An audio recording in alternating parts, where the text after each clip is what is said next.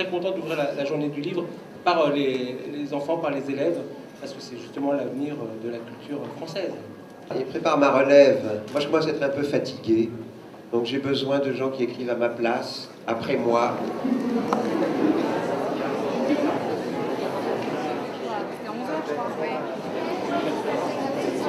C'est sympa ça, vous êtes édité où?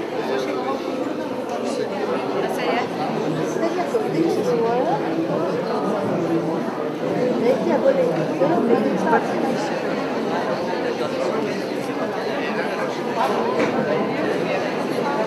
Tu n'y es pas. Faut trouver une femme. Ouais. Après, je vais m'occuper des hommes.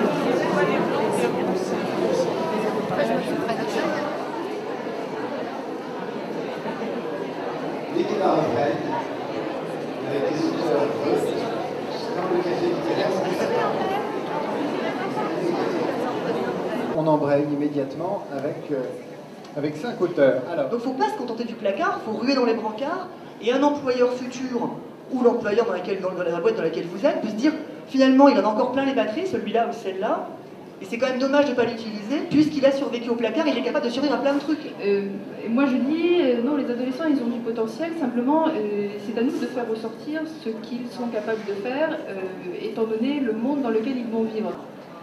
J'ai été féministe, mais sans vraiment choisir de l'être. C'est plutôt parce que j'ai toujours voulu être indépendante. Cela dit, l'histoire que je raconte, je me suis laissée dominer par un poète. Et je dois dire que c'était un écrivain que j'admirais énormément, mais tellement que j'ai l'impression qu'il m'empêchait d'écrire. Mon héroïne, en fait, elle est amoureuse. Elle est rebelle, elle est libre, elle a envie également de réussir une vie professionnelle, à savoir non pas le pouvoir, comme vous le disiez tout à l'heure si justement, mais de se réaliser soi-même, ce qui est formidable, d'être authentique, d'être vrai, et de se découvrir, mais aussi à travers une histoire d'amour, mais elle ne va certainement pas se laisser enferrer par un homme et se laisser détruire par un homme.